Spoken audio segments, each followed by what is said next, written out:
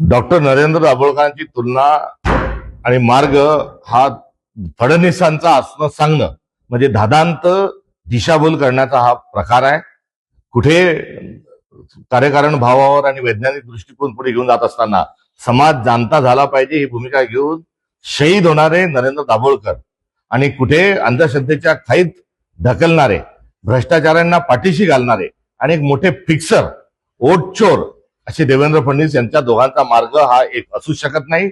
आणि राहता राहिला नरेंद्र दाभोळकरांचा जो वारसा होता तो कोणचा होता?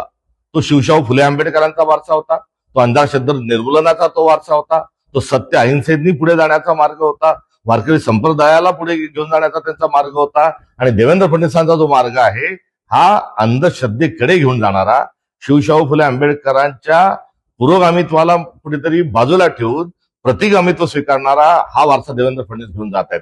ज्यांनी शिवाजी महाराजांचा वारसा नाकारला ते देवेंद्र फडणवीस तो वारसदार आहेत. तुकारामाच्या गाथा ज्यांनी बुडवल्या त्यांचे वारसदार हे देवेंद्र फडणवीस आहेत. तर सावित्रीबाई फुले यांना शाळेला विरोध करणाऱ्या लोकांचा वारसा देवेंद्र फडणवीस पुढे घेऊन जात आहेत. डॉक्टर बाबासाहेब आंबेडकरांना काळाराम मंदिराचे दरवाजे बंद करणाऱ्यांचा वारसा हा देवेंद्र फडणवीस घेऊन जात आहेत. एवढंच नव्हे तर भारताचं संविधान निर्माण करणारी जी लोकशाही आहे ती कुठेतरी गुंडाळून ठेवून बंच ऑफ थॉट नुसार देश पुढे गेला पाहिजे, राष्ट्रीय स्वयंसेवक संघाची भूमिका पुढे घेऊन जाण्याचा वारसा हा देवेंद्र फडणवीस घेऊन जात आहेत. अशा प्रकारचं वक्तव्य हे सुप्रियाजींनी जे केलंय या संदर्भामध्ये मी दुःख, खंत हे व्यक्त करतो. आणि चोर आणि संन्यासी या दोघांना एकत्र जे दाखवतात आहेत हे त्यांनी ताबडतोब या संदर्भामध्ये आपला खुलासा आणि स्पष्टीकरण दिलं पाहिजे. नरेंद्र दाभोळकरांचं योगदान फार मोठं आहे. आध्यात्मिक स्वरूपामध्ये आपला समाज पुढे जाण्यात कुठल्याही प्रकारची हरकत नाही. मात्र अंधश्रद्धेमध्ये जो समाज डुबला आहे त्या डुबलेल्या समाजाला कुठेतरी वाचवण्याची, तगवण्याची एक विवेकवादी भूमिका ही डॉक्टर नरेंद्र दाभोळकरांनी घेतली होती. तर देवेंद्र फडणवीस जी आहेत ही अविवेक भूमिका घेऊन हे सातत्याने चालतात. जेव्हा अंधश्रद्धा निर्मूलनचा कायदा तयार झाला त्या कायद्याला विरोध करणारे कोण होते? त्या कायद्यावर हरकती घेणारे कोण होते? त्या कायद्यावर संशय व्यक्त करणारे कोण होते?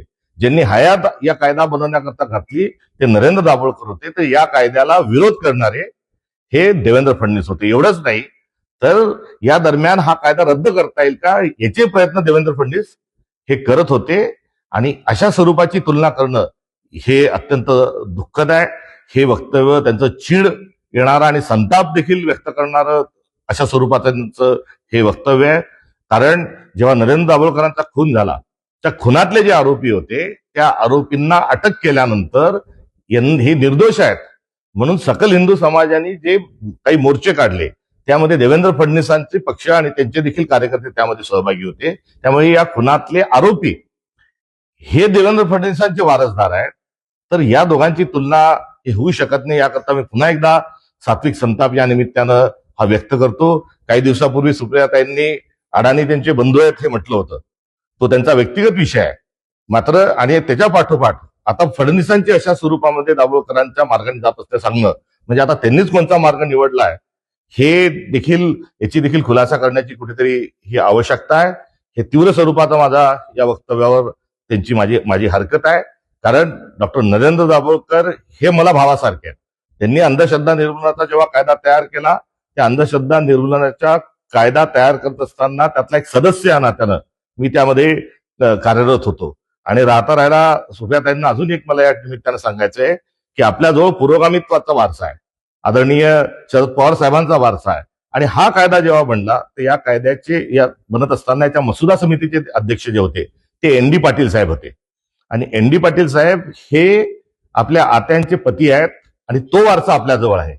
आणि एन डी पाटील साहेब अध्यक्ष, नरेंद्र दाभोळ उपाध्यक्ष आणि 6 आमच्यासारखे सदस्य येतात असताना ही एकंदरीत जी संपूर्ण प्रक्रिया आहे या प्रक्रियेला खेळखंडोबा करणारे आणि अडवणाऱ्या लोकांना आपण जर त्या मार्गावरून जातात असं जर म्हणत असाल तर एन डी पाटलांचा वारसा आपला आहे याची देखील आपण कुठेतरी जाणीव आणि भान ठेवावं ही अपेक्षा आहे.